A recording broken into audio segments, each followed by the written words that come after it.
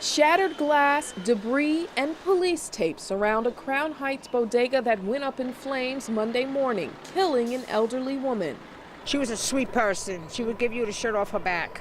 I mean, if you ever needed anything, if you were hungry, she would give it to you. Officials tell News 12 the fire broke out around 4:30 this morning at 587 Franklin Avenue near Pacific Street. Firefighters had to evacuate adjoining buildings on each side. Marvin Jefferson lives in one of the buildings that was evacuated. When I went in the hallway, the whole hallway was engulfed in smoke, so I didn't know really where the fire was until people just said, just leave, just leave. So when we came outside, then we seen like the whole building, the store engulfed in fire. The two-alarm blaze took firefighters 30 minutes to extinguish. The fire marshal was still investigating the cause Monday morning, but a deputy fire chief tells us it likely started in this bodega. Residents tell us it just reopened a few weeks ago. I'm actually devastated. I'm not going to lie. I know these people. I've been knowing them for years. They just re-renovated the place. I'm sad. And when you heard that an elderly woman didn't make it out? That's heartbreaking.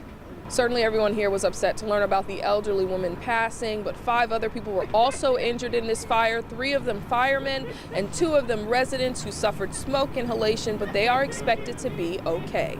In Crown Heights, I'm Crystal Walker, News 12 Brooklyn. Andy Pine is one of nearly 200 students who will have to retake their SAT. It's just hard to know that you worked so hard to do something like that and then find out it's been taken away and then you have to take it extremely soon. Like, to take these tests, it takes like a lot of mental power to get yourself ready for it. The students took the SAT back on May 5th at Packer Collegiate Institute. The school says they received an unannounced inspection from the College Board that day. The board found that students were sitting too close together. Under testing guidelines, they're required to be at least 4 feet apart. We were just sitting at a desk, but it's SAT 2, so it's not even like the guy next to me was taking like chemistry and I was doing math too and literature. So there's just nothing I'm gonna do to like look at his test. School administrators say students were told that all scores from the May 5th SAT are invalid and they would have to take the exam again. Packer says they accept full responsibility for the mistake and apologize to students. But this parent says that's not enough. My daughter had multiple AP tests and finals and project and tennis tournament, and she's under a lot of pressure. Students will have to retake their SAT exam all the way in Coney Island at Abraham Lincoln High School on Saturday. Reporting from Brooklyn Heights, Nicole Ryan, News 12 Brooklyn. Residents waking up to this deadly accident on 20th Avenue in Bensonhurst couldn't believe their eyes. Investigators say 45-year-old John LaRocca was in the passenger seat of this now mangled Jeep. He was trapped in the SUV for 15 minutes and was pronounced dead at Maimonides Hospital. LaRocca was less than 500 feet from his home as the Jeep barreled down 61st Street before slamming into this garbage truck and knocking it on its side. A volunteer ambulance worker tells us the driver of the Jeep reeked of alcohol as EMT workers pulled him from the wreckage. Residents here say this is a reminder of the consequences of drinking and driving. You can see the damage is still here after a tornado ripped through Canarsie earlier this month. And take a look at that awning up there. It's completely mangled and blowing in the wind as residents here brace themselves for another storm. The awning was damaged after an EF1 twister touched down in Canarsie on September 8th. A tree also came crashing down, and you can still see in the sidewalk where the tree was uprooted. This afternoon, another storm is heading our way, carrying rainfall, thunder, and plenty of wind, all the perfect ingredients for a tornado. Right now, the chances we'll see a twister in New York City is 10%. We spoke to one homeowner here on Canarsie Road, and she said her home has $60,000 in damage from September 8th storm. Still worried and scared about it. I thought this area in New York or in New York on the whole was the safest place, because we never had an hurricane before, a tornado before, so I'm still, worried about it, very, very worried. And she's not the only one worried here. Many residents say they hope tornadoes like lightning don't hit the same place twice. In Canarsie, I'm Crystal Walker, News 12 Brooklyn. Delmazios, a family-run wedding planning business that's been in the Gravesend area here for years, and now everything is gone. Everything was destroyed in a 4-alarm fire that happened early yesterday morning, and when we spoke to the owner of this business about what was destroyed, she broke down in tears. Louis Ortiz walked in. Officer Brennan grabbed his wife's hand very tightly. For the first time, Officer Kevin Brennan sat in the same courtroom with suspected cop shooter Louis Ortiz.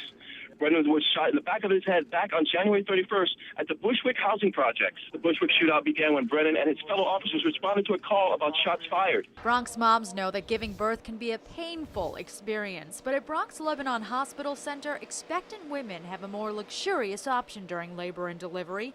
It's the only hospital in our borough with jacuzzi spa tubs in the delivery rooms. Dr. Magdi Mikhail is chairman of obstetrics and gynecology.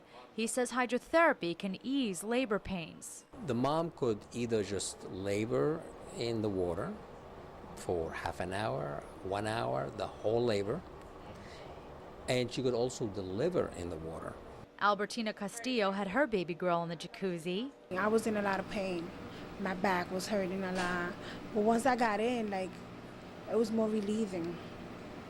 It was better. I mean, I didn't feel as much pain.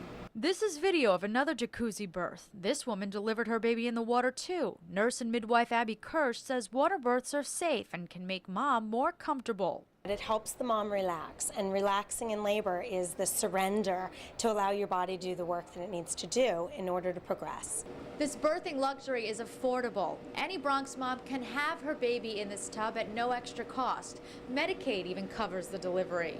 This hospital is in the South Bronx, the poorest district in New York State. To put something as luxurious as this in this very, very poor community, I think it's a statement from the hospital and us providers that we want the poorest women in New York to be treated with the utmost respect and dignity. Women with low-risk pregnancies and who have no significant medical problems are candidates for a jacuzzi delivery. Albertina's delivery was successful, and she's now in baby bliss. It's a very good experience, and I'm happy that I have her. Annalisa Petralia, News 12, The Bronx.